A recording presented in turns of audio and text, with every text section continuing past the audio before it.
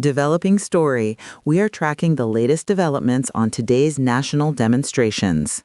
From Neural Newscast, I'm Hannah Whitmore. And I'm Peter Rowan.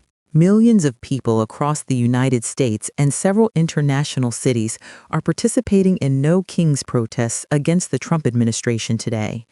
Organizers scheduled more than 3,000 events, with major rallies reported in Chicago, San Francisco, Los Angeles, and the Twin Cities.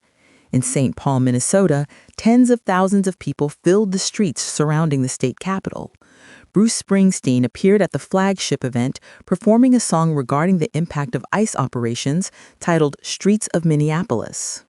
The scale of these demonstrations extends to New York City, where several marches converged in Times Square.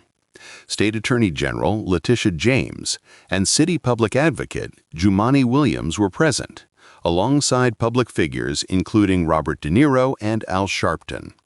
Outside the United States, Americans living abroad joined local citizens in Paris, Berlin, and Athens to echo the domestic demonstrations. The White House and Republican leadership have dismissed these events, characterizing them as Trump derangement therapy sessions and Hate America rallies. There have also been counter-protests in support of the president. In cities like West Palm Beach and Dallas, groups including the Oath and Proud Boys held their own demonstrations. While final attendance numbers for the No Kings events are still being calculated by organizers, the initial reports indicate that hundreds of thousands of people have turned out across the various hubs we've mentioned. Hannah, the scale of these demonstrations extends to New York City, where several marches converged in Times Square. State Attorney General Letitia James and City Public Advocate Jumaane Williams were present, alongside public figures including Robert De Niro and Al Sharpton. Outside the United States, Americans living abroad joined local citizens in Paris, Berlin, and Athens to echo the domestic demonstrations. The White House and Republican leadership have dismissed these events, characterizing them as Trump derangement therapy sessions and Hate America rallies. This impasse has left many federal employees in limbo for 6 weeks, particularly those in airport security. There is a development regarding compensation, though. President Trump signed an order to reroute existing funds to pay TSA workers without waiting for a congressional deal. The Department of Homeland Security says these employees should start seeing paychecks as early as Monday, March 30th. This move could potentially shorten airport security lines that have been growing throughout the crisis. Despite that executive action, the underlying funding issue for the rest of the department is nowhere near a resolution. A bipartisan Senate deal that was reached overnight failed to gain traction in the House.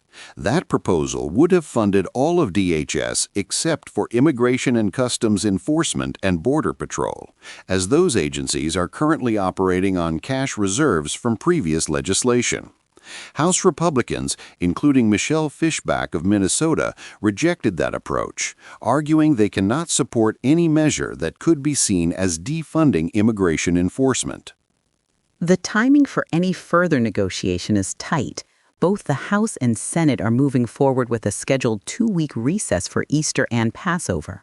Senate Majority Leader John Thune has not signaled any intention to cancel the break, and Democrats like Representative Jim McGovern are urging the House to simply pass the Senate's compromise version to end the shutdown. For now, it appears the department will remain partially closed until at least mid-April. It leaves the administration in a precarious position, facing both large-scale public dissent and a fractured legislature. We will continue to monitor the protest totals and any movement on the DHS funding front as the recess begins.